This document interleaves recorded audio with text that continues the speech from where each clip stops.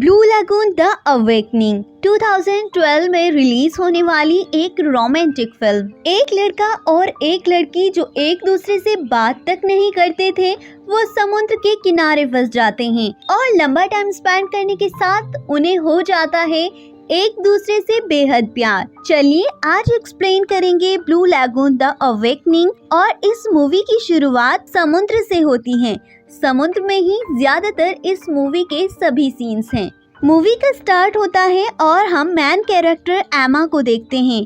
वो अपनी फ्रेंड्स के साथ बैठी हुई होती हैं। एमा हाई स्कूल की एक परफेक्ट स्टूडेंट है और इसी वजह से वो अपने स्कूल में काफी ज्यादा पॉपुलर भी है। एमा काफी पॉपुलर है और काफी सारे लड़के उस पर मरते भी हैं। वहीं इसका हीरो डीम एमा को हमेशा प्रॉम क्यून कहता है और एमा को देखता रहता है, लेकिन हमेशा एमा उसे इग्नोर ही करती रहती है। डीम स्कूल में किसी से भी ज्यादा घुलता मिलता नहीं और ना ही उसके कोई ज्यादा फ्रेंड्स हैं। वो ज्यादातर अकेला ही रहता है। स्कूल में मिस्टर क्रिश्चियन एक प्रोजेक्ट स्टार्ट करते हैं और इस प्रोजेक्ट पर सभी स्टूडेंट्स को काम करना था। उनका काम था करीबी समुद्र के आइलैंड पर रहने वाले स्थायी लोगों के लिए एक स्कूल बनाना और इस काम के लिए उन्हें करीबी के आइलैंड पर पहुंचना था, जिससे वो काम स्टार्ट कर पाए। लेकिन अभी इस ट्रिप में एक दिन का टाइम था और फिर एमा के फ्रेंड्स एमा के पास आती हैं और वो एक नाइट पार्टी में जा रही थी। वो एमा को भी साथ चलने का कहती हैं। एमा पहले तो उन्हें मना कर देती है, लेकिन वो एमा की बेस्ट फ्रेंड थी, इसीलिए उनके बहुत कहने पर वो चलने के लिए मान जाती हैं और वो सभी रेडी होकर नाइट पार्टी में आ जाते हैं। वहाँ पर उन्हें डीम भी दिखाई देता है। वो पार्टी में उससे मिलते हैं और पार्टी स्टार्ट हो जाती है। अब पुलिस को खबर मिलती है कि यहाँ पर ड्रग्स और गांजा यूज किया जा रहा है, तो तभी वहाँ पर पुलिस की बड़ी सी गाड़ी आती है और वहाँ पुलिस की रेड पड़ जाती है। वहाँ बहुत भगदड़ मच जाती है और सब लोग भागने लगते हैं और एमा यहाँ पानी में गिर जाती है। डीम उसे देख लेता है और वो भी पानी में छलांग लगा देता है। वहीं एक छोटी बोट बंधी होती है और डीम एमा के साथ बोट में बैठ जाता है और वो बोट जिस रस्सी से बंधी थी, डीम उसे काट देता है, क्योंकि अगर यहाँ वो रुकते तो वो भी फंस जाते और यहाँ किसी का भी नाम ड्रग्स में आता तो इस मामले में वो भी फंसते। इसीलिए वो कहता है कि हम यहाँ से दूर चले जाएंगे। और फिर डीम देखता है कि वो जिस बोट में बैठे थे उसमें इंजन ही नहीं था और अब यहाँ से पुलिस भी चली गई थी और वो जिस बोट में बैठे थे वो बहुत आगे निकल चुकी थी।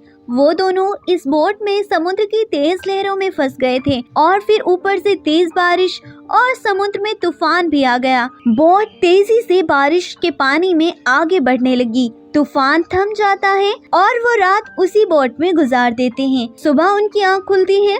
वो देखते हैं कि समुद्र में वो बहुत आगे आ चुके हैं। यहाँ उनके मोबाइल में सिग्नल भी नहीं आ रहे थे और वहीं दूसरी तरफ मिस्टर क्रिश्चियन डीम और एमा के ना मिलने की वजह से बहुत परेशान थे। फिर एमा के फ्रेंड्स बताते हैं कि पार्टी के दौरान वो बोट में थे, लेकिन उसके बाद वो कहाँ गए कुछ पता नहीं। फिर एमा को एक आइलैंड दिखाई पड़ता है। वो दोनों समुद्र की चट्टानों से गुजरते हुए उस आइलैंड पर पहुँचते हैं और सुकून की एक लंबी सांस लेते हैं। फिर डीम को बोट में से एक बॉक्स मिलता है जिसमें रेड कलर की एक फायर गन थी। डीम उसे उठा लेता है और बोट को समुद्र के किनारे ही छोड़ देता है, लेकिन उसकी ये बड़ी भूल थी। एमा की मदर और डीम के फादर उनके लापता होने की वजह से बहुत परेशान हो रहे थे और उधर जब डीम और एमा आइलैंड के अंदर आते हैं तो वहाँ वो देखते हैं कि वो आइलैंड बहुत ही ब्यूटीफुल है। वहाँ हरी हरी घास है और एक झरने से साफ पानी बह रहा था और उन्हें पीने का साफ पानी मिल जाता है। वो पूरे आइलैंड पर घूमते हैं, लेकिन वहाँ कोई भी नहीं था।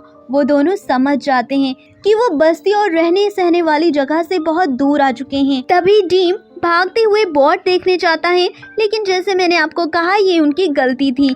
बोट समुद्र में थी और वो तो जानी ही थी और समुद्र की तेज लहरें बोट को अपने साथ पानी में बहा कर ले गईं। और पहले इन लोगों ने बोट को वहाँ से ना निकालकर एक बड़ी गलती की थी। रात हो जाती है।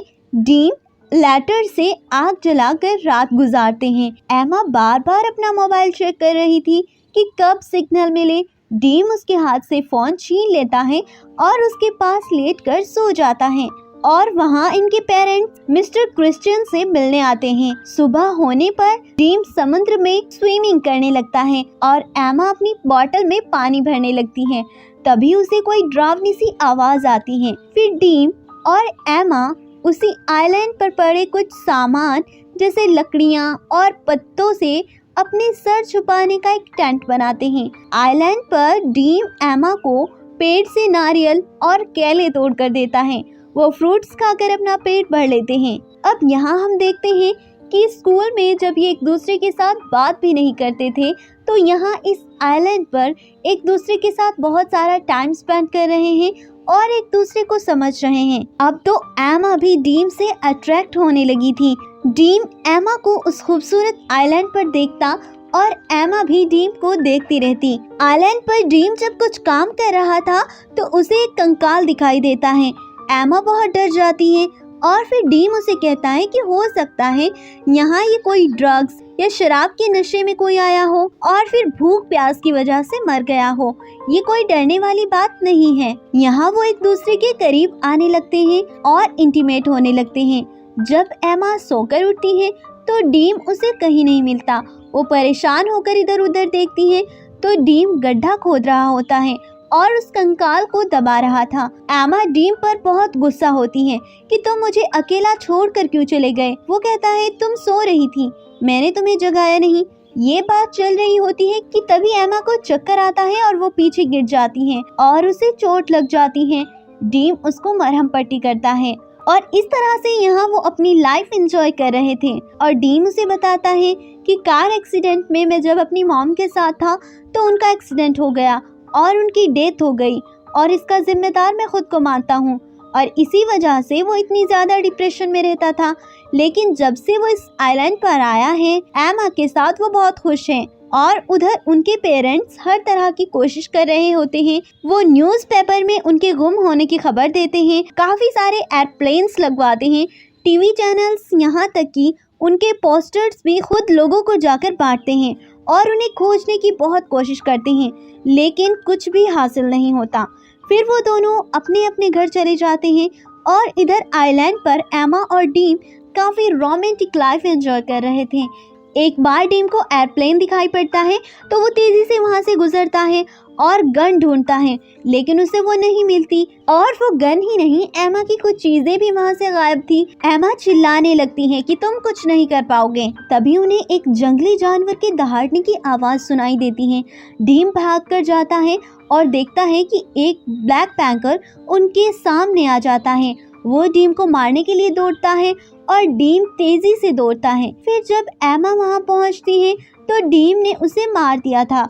उधर उनके पेरेंट्स उन्हें बहुत मिस कर रहे थे और इधर वो एक दूसरे के साथ टाइम स्पेंड कर रहे थे। एक बार एक मंकी उनकी बहुत सी चीजें उठाकर फेंक देता है और वो फायर गन भी नीचे गिरा देता है।